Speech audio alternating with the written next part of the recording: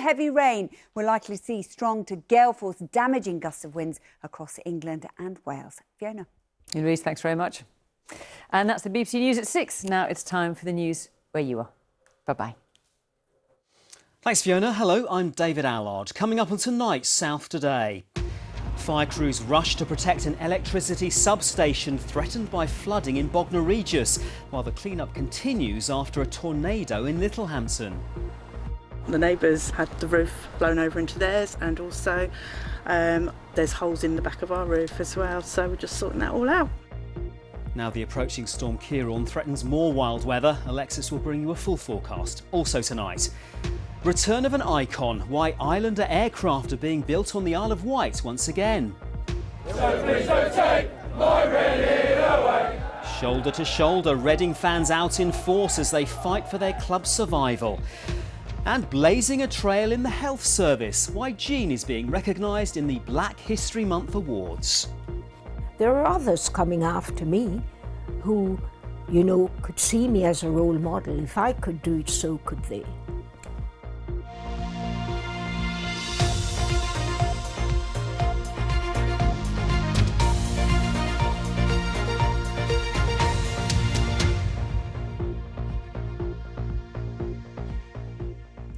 Good evening and welcome to the programme. The emergency services in West Sussex are still clearing up after the weekend weather, as the region braces itself for worse to come in the next few days. The combination of heavy rain and spring tides caused further problems on the Isle of Wight and difficulties along the south coast, including another tornado in Littlehampton. Let's join Sean Killick, who's in Bognor Regis, where another incident is still ongoing. Sean. Well, David, yes, I'm at a Tesco superstore. The store itself is closed at the moment because, as you can see behind me, the car park is underwater. It's actually designed for this to happen when the nearby stream floods. The water comes on here to try to protect homes and a caravan park, which it has done today. But in fact, unfortunately, floodwater has gone on to the caravan park itself, but the battle's also been going on to try to protect an electricity substation. Some homes did lose power, but it's now just been restored.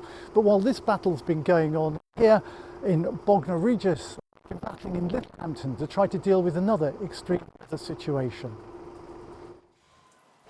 Such is the power of a tornado that in just seconds the roof was blown away from this house in Littlehampton. Thankfully, the elderly woman whose home it is wasn't injured. The roof landed on the opposite side of the road, damaging cars and houses. Trees and fences were also ripped out. On one home, a security camera recorded the moment the tornado struck. Oh my God, my whole window's literally shut. Oh my God. Oh no, oh my God, my garden's being ruined. Shocked residents left to survey the damage. Everything's ended up down here. Oh God, there's glass everywhere. One local resident, Emma Oliver, came home from an evening out to a scene of devastation. We returned and found the street cordoned off. That was about 11:15 at night, so we didn't really know exactly what had happened. We saw the house over the road, very concerned for our neighbour. Basically, it wasn't until the next morning we assessed our damage and found that the neighbours had the roof blown over into theirs, and also there's holes in the back of our roof as well, so we're just sorting that all out. Only last month, Littlehampton was struck by another tornado which caused much damage. But the Tornado and Storm Research Organisation classified this weekend's as significantly worse. They said it's a T4 severe tornado. There was about a 3-kilometre track of damage that was very clear to see. Lots and lots of roof damage. There were people who had to have buckets in their hallway. There were lots of car windows smashed because of tiles hitting them. Elsewhere in the south, many roads like this one in Bewley in the New Forest were impassable. The Isle of Wight was again particularly badly affected. In Newport, many cars were flooded. Also on the island at Billingham, roads turned into rivers. And it's not over yet. There's a new storm warning across the region for Wednesday and Thursday. Sean Killick, BBC South Today. And of course we'll have a full forecast later in the programme. Next tonight, there have been concerns about the use of the Bibby Stockholm barge moored at Portland, with some asylum seekers reluctant to be moved there. Today, there was one person keen to get on board who found themselves turned away. It was Labour backbench MP Lloyd Russell-Moyle who wanted to check on the conditions inside, describing the use of the barge as a recipe for disaster. Michelle Cross reports. Arriving at Portland Port this morning, Lloyd Russell-Moyle attempted to gain access to the Bibby Stockholm. It follows a written request to the Home Office. The Home Office didn't respond, and so I thought, well, no response, let's go and see if we can get in ourselves. The port said that unless we have active permission from the Home Office, they would not let us in.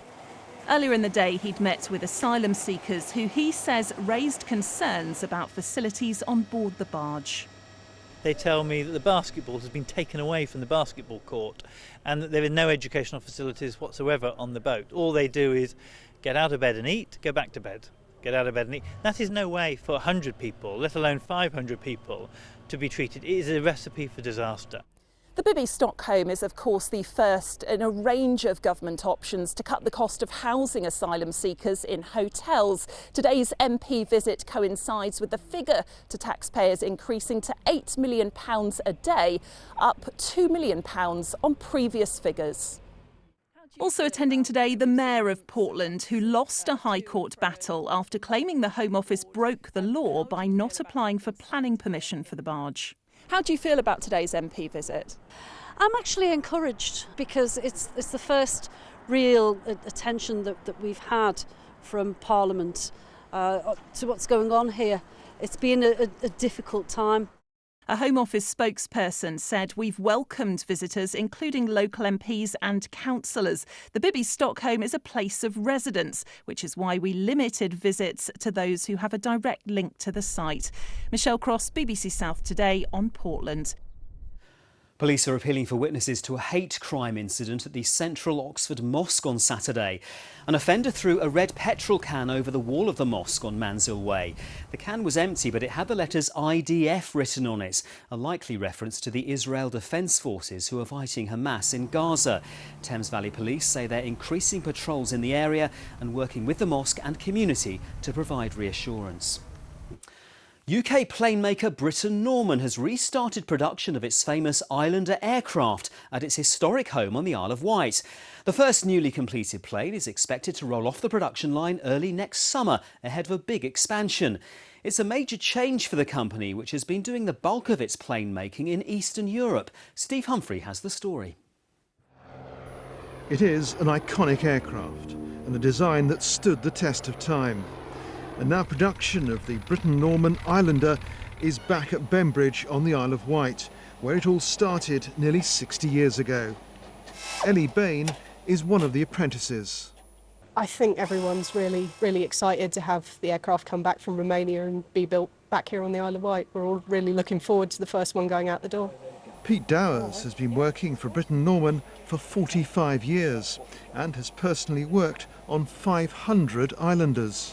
You've got raw material coming in one end and you have a flying machine going out the next. To me, there's nothing like it. There are around 800 Islanders in operation in 120 countries around the world. It was originally designed to be simple and rugged and cheap to run. But the design itself has been constantly upgraded and modified to make it better over the years. Next step for Britten-Norman is to create a new generation of environmentally friendly aircraft for the 21st century, powered by hydrogen. We're hoping to get first flight next year. That's the plan. So we've got a demonstrator back end of 2024 and hoping to get the aircraft certified for public use probably by end of 26, early 27. For many years, Islander aircraft were largely built in Romania and finished off in the UK. So what made the company decide to bring back aircraft production to the Isle of Wight? Bringing it back to Bembridge is really about improving efficiencies in our supply chain and improving the efficiency of how we actually manufacture the aircraft, especially relevant today as we look towards a hydrogen future. Within a few years, they're hoping to double the size of the workforce in Bembridge from 50 to 100. building about 8 conventionally powered Islanders every year and potentially many more hydrogen-powered aircraft. That'll mean more apprenticeships for people like Ellie. It's all I could have wished for, really. I took an interest about age 15, went to college and did an aeronautics BTEC, and I've been flying ever since. I love it.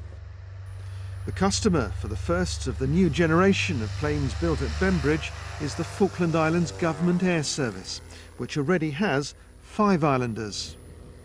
So once again, Islander aircraft are being built by Islanders here on the Isle of Wight. Things have come full circle, and the company is hoping that sales will climb steadily over the coming years.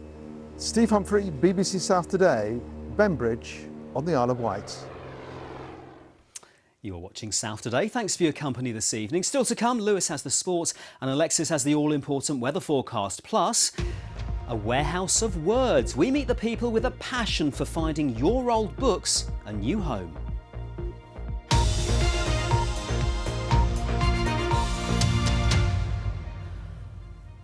Now, as part of Black History Month, there's an awards ceremony taking place in Basingstoke as we speak, recognising achievements in the local community.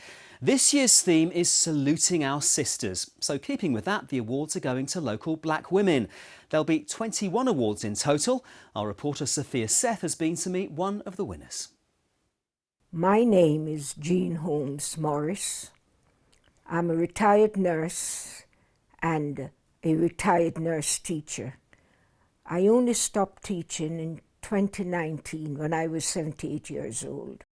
These are 2 photographs that I took a week before I arrived in England. Jean is from Jamaica. In 1961, she saw an advert in the local paper, an opportunity to train as a nurse in the UK. She applied and was successful. What was your reaction when you found out you could come to England? I was quite happy, actually. I had a very strict father, and it was one way of getting away from him, to be quite honest. Jean was in her late teens when she trained as a nurse across Hampshire and Berkshire. She then worked at a few hospitals. I felt as if I was giving something. And when patients recovered, it made you feel that you've really done something worthwhile. I can imagine when you were training to be a nurse and became a nurse, there weren't many black nurses at that time. What was that like? There was a lot of racism, and you had to be a bit more forthright and try to shut it down then and there, because I wouldn't put up with that. Because we're all human beings. The colour of my skin is different to yours, but that's all it is. This is me as a student in the grounds of the School of Nursing. At 34, due to the shift working that nursing involves, Jean had to make a change as she had a young family, so she retrained to teach nursing instead. It was just absolutely wonderful. I just immersed myself in it. I also became the examiner for the south of England on the national board, sitting the national exams. There are others coming after me who, could see me as a role model. If I could do it, so could they. And what was your reaction when you found out that you're getting an award? Overwhelmed by it all. Absolutely when I got the telephone call, I just couldn't believe it. And I got a text message and I had to ask my son if he could read it to me, because I just couldn't believe that at this age, having come here as a teenager, and I'm now a pensioner, that these wonderful things was happening. Yeah, well done, Jean. Lovely to hear your story. Manchester has just started doing it. Liverpool's thinking of doing it. Reading's been doing it for decades. I'm talking about the council running the local bus network. Our Berkshire reporter Patrick O'Hagan has been looking at whether going back to the way we were could provide a smart route forward.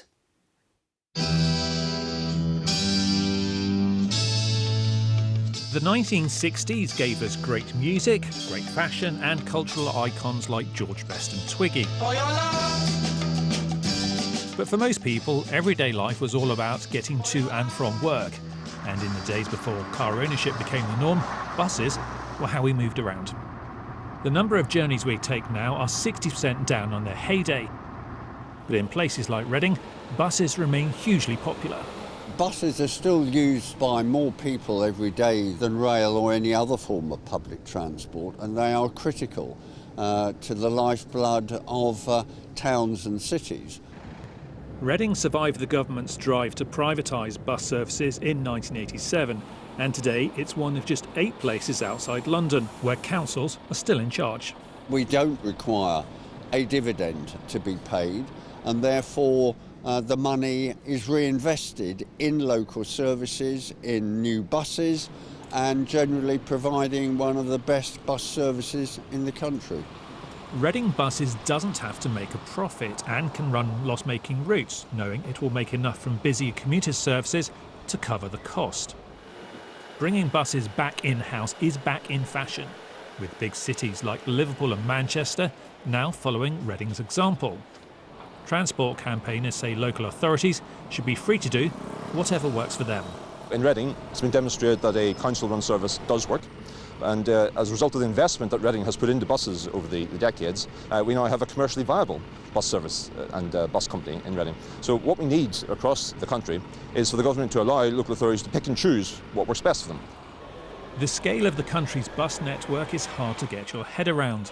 Last year, nearly 3 billion journeys were made in England, though that's still 1.3 billion fewer than pre-COVID. And while passenger numbers are rising again, the big question is this: will the funding be there to support that extra growth?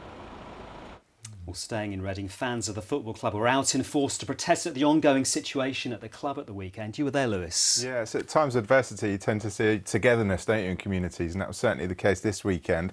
With more bills due to be paid this week, there's growing concern that Reading Football Club could face further sanctions if potential takeover talks don't reach a conclusion soon. This weekend, supporters marched in protest about their current owner, Die Junge, and called for improvements in how football club ownership is regulated.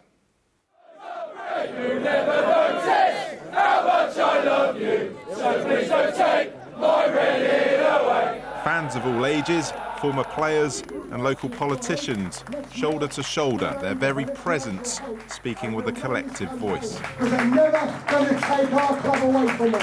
Thank you. When you see it mishandled and mismanaged and go from swinging from a profit-making Premier League club to losing £200 million at the bottom of League One, it's just a disgrace, and we need to do something about it. It can't go on. We used to be such a well-run club, and it's just fallen apart the last few years. 3 years worth of points deductions, and it means so much to so many people, so it's actually heartbreaking. I'm ready till I die! The placards and the chants speak for themselves here. Hundreds, if not thousands, of Reading fans have turned up to show their displeasure about their owner, Die Junge. There's a lot of criticism of the EFL as well in terms of allowing owners to take over clubs like Reading. Do you share those views? Yes, I mean, I hope that in the future we can have a much better system where there's a much more sort of generous style of ownership. There's an emerging consensus that there should be a regulator who can look at the issues like the fit and proper person test for owners. The football community is really coming together to stand up against bad ownership. We want Reading to be the test case for the new regulator. The King's Speech is imminent. It's coming up in a couple of weeks. We really want to be a part of that process. We want to stop this bad ownership for good.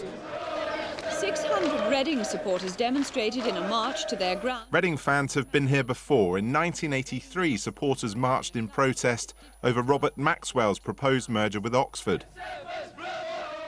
Fan power, fan voice, still is relevant. There's something old school about this, isn't there? I mean, the turnout today has been amazing, considering the state that we're in. Much bigger crowd today than in '83. It's thought 3 prospective ownership groups are in talks about taking over the club. With the next wage and tax bills imminent, for Reading fans, that can't come soon enough. We've pretty much lost our club, haven't we? It's gone. Yeah. You're carrying a coffin for over 2 miles. Why? We're bearing that burden. There's a burden here on the club, on the owner, to sell to someone who's better than what he is. Someone needs to be better, and this represents the club at the moment. It's a heavy weight. We want dying out, say we want dying out. 10 years ago, this club was in the Premier League under the watch of Sir John Medeski. Now, in his shadow, fans are fighting for the club's existence. Yeah, it could be a big week. The club has so far declined to comment. Meanwhile, on the pitch this weekend, Reading's early joy against Portsmouth proved to be short-lived, but it was better news for Bournemouth, who secured their first league win of the season, which is where Mike Apps begins your roundup of the action. It's 4 league games without a win for Brighton.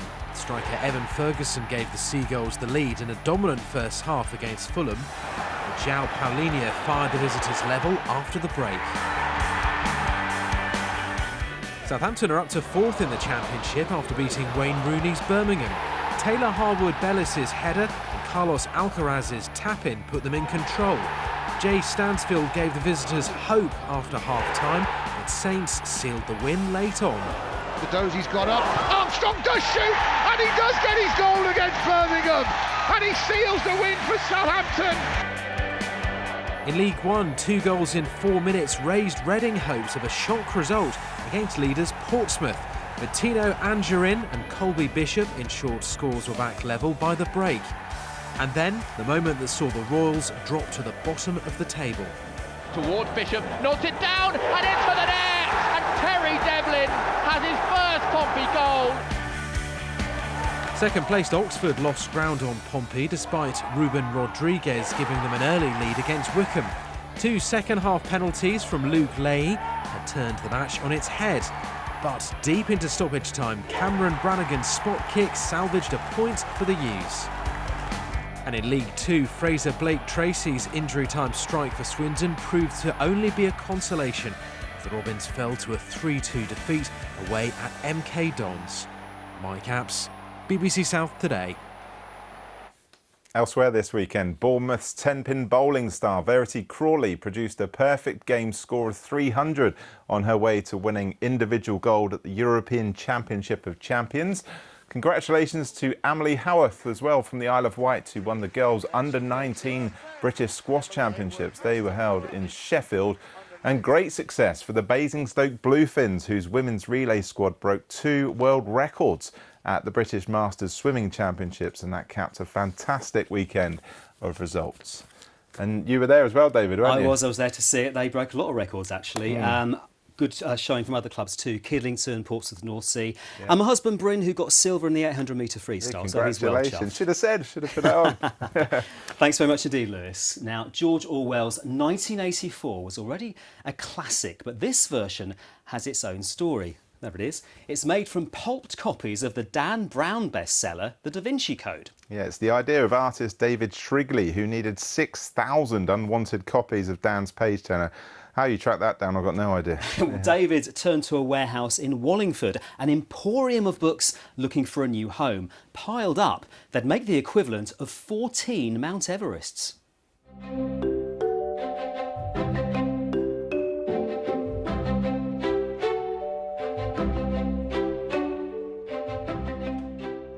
So back in 2002, my brother and I were visiting some charity shops and we saw them throwing books away that were perfectly fine. And we just thought, look, there's got to be something better that can happen. Every day we receive about 300,000 books. And our goal really is to find a home for, ideally, every book.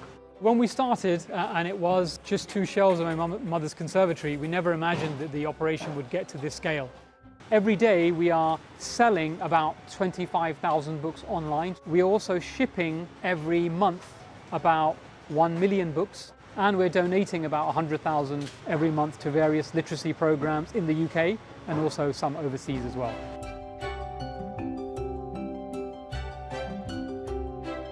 He wanted 6,000 copies of Da Vinci Code. So for a while we had a David Shrigley shoot that was capturing all copies of the Da Vinci Code up to 6,000 that he needed.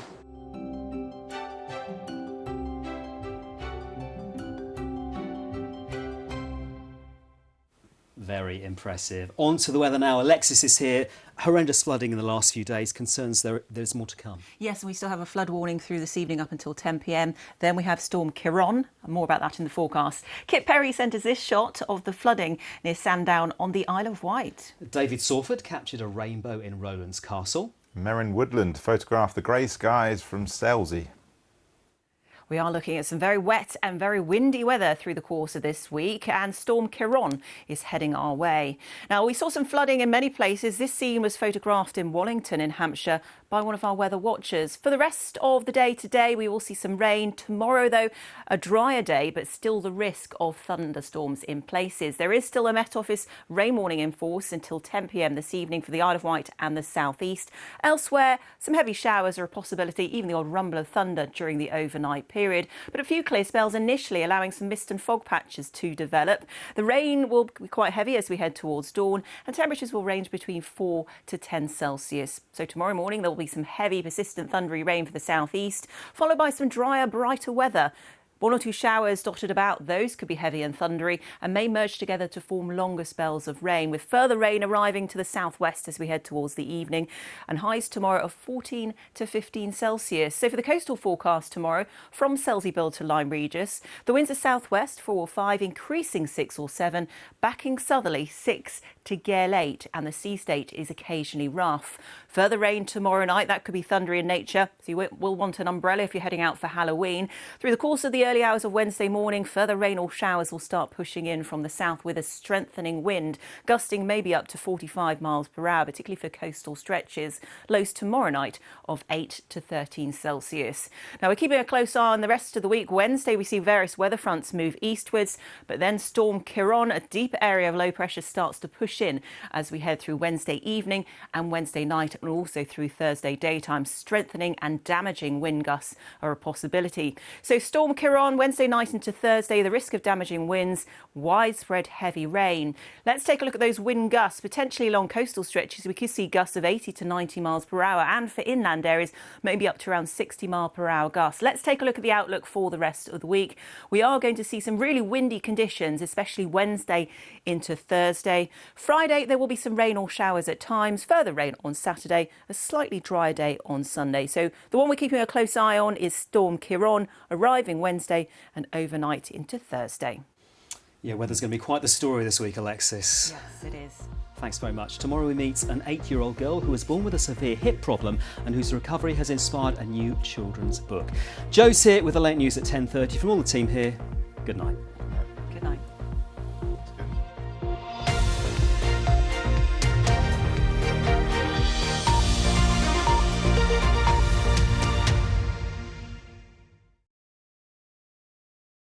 Welcome to Survivor! This is intense. We're not sat on a beach in Ibiza. It could very easily turn into an excuse for me to go home. 18 people, 1 survivor. Continues Saturday at 8:30 on BBC One and iPlayer. Road service. Hello, Louis. How are you doing? And you said something like, I'm about the money. It's not just about the money, just understand that this is the only chance I have at making the money. Do you have any relationship with Assange? No. Does the French countryside speak to you? Yeah. What does it say? Find your way. I believe in marriage, which is why I've done it 5 times. I think I lost my way slightly for quite a while. Genuinely, I don't know how I'd handle some things that I've experienced without music, you know. Let me ask you a question. Are you the same person you was 10 years ago? I'm better. Louis Theroux Interviews starts Tuesday the 7th of November on BBC Two and iPlayer.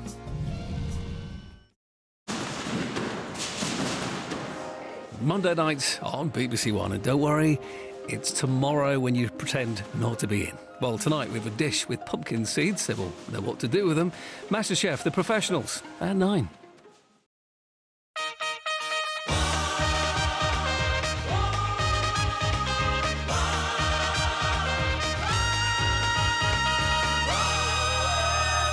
Hello there and welcome to your Monday One show live on BBC One and iPlayer with Lauren Laverne. And Alex Jones. And what a way to kick off the week. We've got a sofa full of stars. Yep. We're joined by Hollywood actor Jada Pinkett Smith, who's giving her first UK TV interview about her explosive new memoir. Sir Tom Jones and Will.i.am are on the search for the next singing sensation in the latest series of The Voice. They'll be revealing which new celeb will have their hand on the buzzer this year. Oh, and comedian and TV presenter Rod Gilbert will be telling us why he's lending his voice to raising money and awareness of cancer after his own devastating diagnosis. And Professor James Logan follows a specialist team as they deal with an urgent threat to the nation's bees. Very scary, that, isn't it? And as ever, if you've got a question for any of our guests tonight, please do get in touch. All the details are there for you on the screen. Now, first tonight, we all know that council budgets are being squeezed like never before, and one area that's been severely affected is access to adult social care. Yes, Bristol City Council is currently carrying out a consultation on how their adult care budget may be used going forward. Now, this could have a huge impact on those receiving care at home. Kevin Douala went to find out more. The decision of whether to place yourself or a loved one into residential care, either because they're getting older or being cared for at home, is tough at the best of times. But here in Bristol, residents are facing the prospect of not having that choice at all. As a social worker, Mark was used to helping vulnerable people. But with the deterioration of the cerebral palsy, he now relies on his carer Tim to communicate. I need 24/7 care because I am unable to do anything for myself. So having people like Tim has changed my life. Mark's round-the-clock care support is funded by Bristol City Council. How important is it for you to have your independence here in your own home? It's absolutely vital for my own life, for my well-being and everything else. So you can live a life like everyone else would expect to. But Bristol City Council needs to cut costs. A new policy currently being considered could see people like Mark moved into residential homes if their at-home care is deemed too expensive. So it's absolutely horrifying thought for me to be put into a care home.